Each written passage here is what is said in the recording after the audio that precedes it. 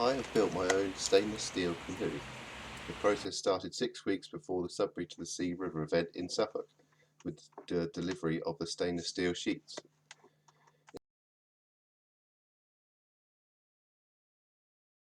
In 2019 I built another homemade canoe from steel round bar and plastic covering.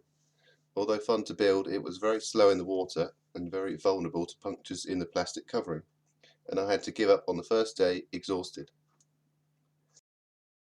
I found a website from the boat designer called Flomo. Unfortunately they don't mention their name, but I found a one-sheet design that is supposed to be made from 4mm plywood and thought it would be a good design to make it from stainless steel or aluminium and weld together, as those metals come in 8x4 sheets also. I managed to convert the plans into DXF format so they could be laser cut from metal. After trying a company that I previously used for laser cutting and receiving a quote for almost £1,000, I found another company, Fractory, that handles many laser cutting and machining projects with instant quotes and quick turnarounds. The cost was £400 to supply and cut material for the boat. So please like, share and subscribe so hopefully I can earn some ad revenue and fund more projects like this. The material arrived a few days later and I excitedly unpacked it. Straight away I started to realise the difficulties of working freehand with stainless steel like this. It is very hard to bend. After welding the seam down the middle of the boat, I started to try to form the front and back of the canoe.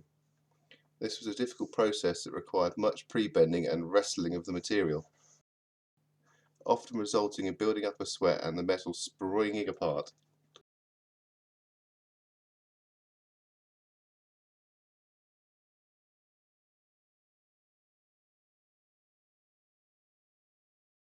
Sometimes it was helpful to prop up the end to promote the bend I was trying to create.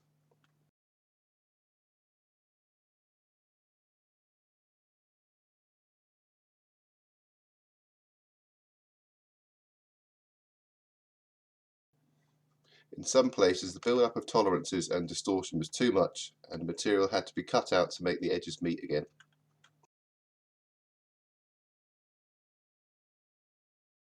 After setting the angle of the sides, it was time to tack in the final panels of the canoe.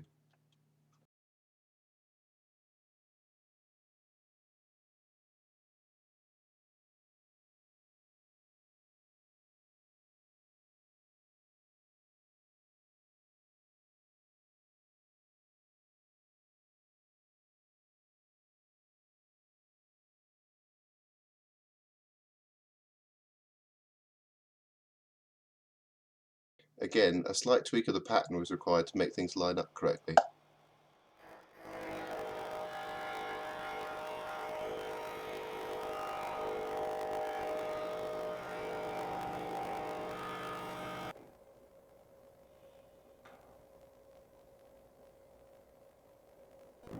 Turning the boat over, I tacked up all the edges with approximately 100mm spacing, and this was the last time that the canoe was nice and smooth and undistorted.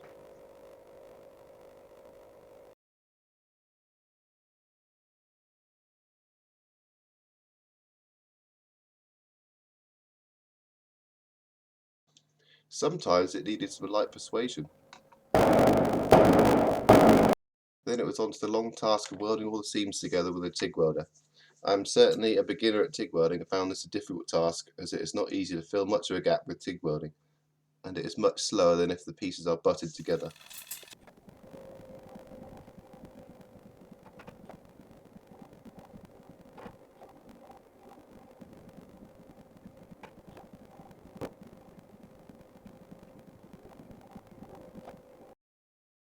Now for the crossbars to be cut and welded in. They are stainless steel perforated exhaust baffle tube.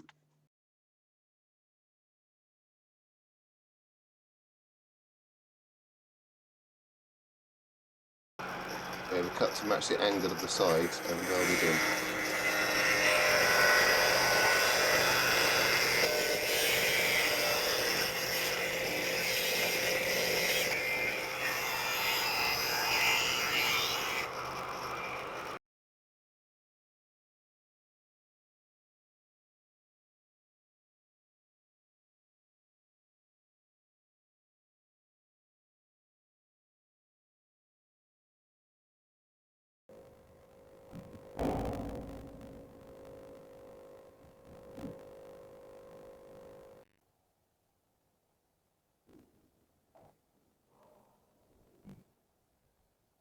I then sat in it to get a general feel for the canoe and if I was going to be able to paddle it comfortably.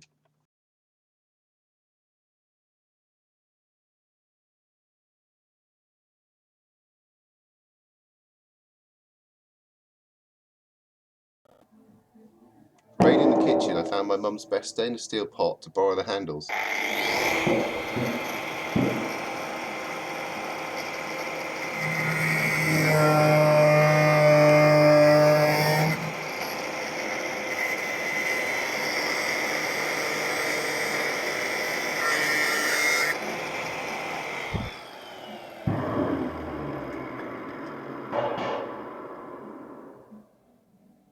These were welded one at each end of the boat for carrying and tying on a rope.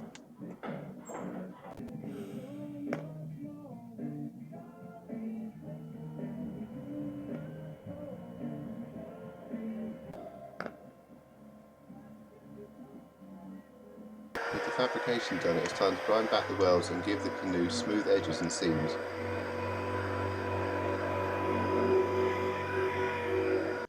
I sourced a plastic chair and frame on Facebook Marketplace, and after enduring the seller's full history on the chair and how useful it was, I was quickly at home and cutting it up.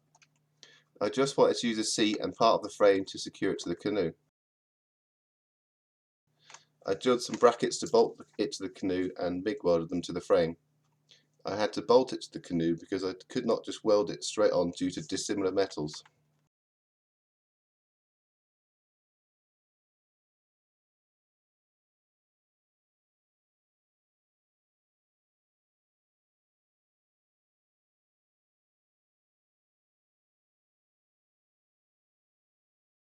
With the seat in, it was time for a final garage test. The front crossbar was unfortunately just where my legs wanted to be.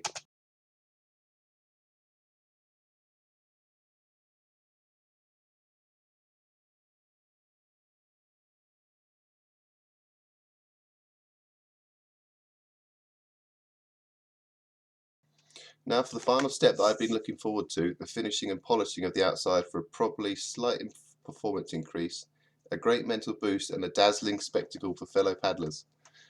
This was achieved using an electric rotary sander seen previously, with a first pass of fine sandpaper and then a sponge head with teacup polishing compound.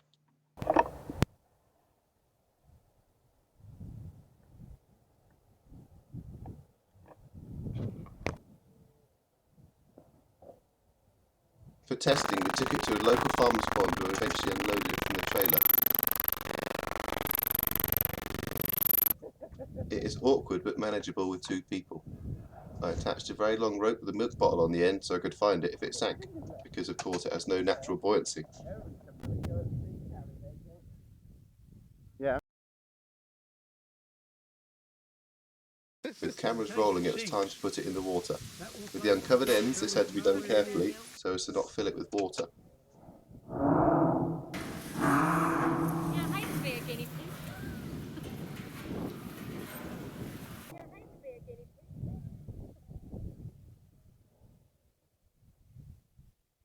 He can answer this. About 4 weeks. Filming, because he might manage to turn it over, which should all be good.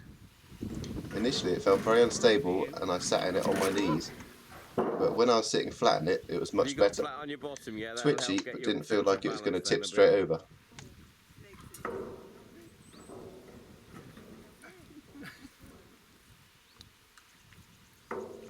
So I set off for my first paddle around the lake, and I was pleasantly surprised about how fast it was. Went in a straight line but was still manoeuvrable.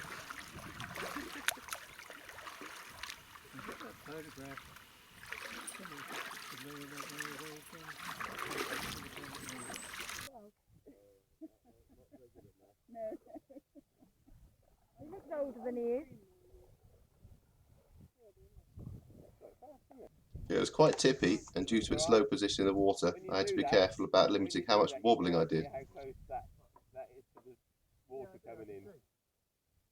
No, you can see. Yes, you could go forward a foot. I also found out that the seating position was a bit unbalanced to the You rear. can block it forward with some foam.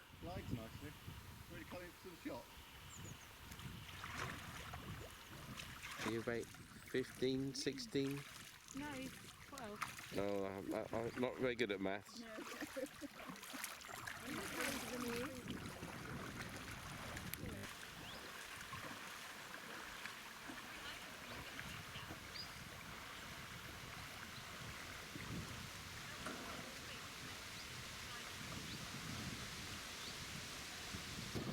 When paddling hard, it was quite satisfying how fast it went.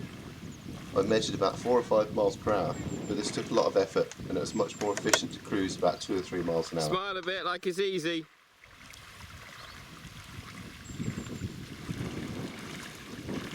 So with the test done, it was 2 weeks until Sudbury to the Sea river event. 24 miles over 2 days. Will it make it? Watch my other video to find out.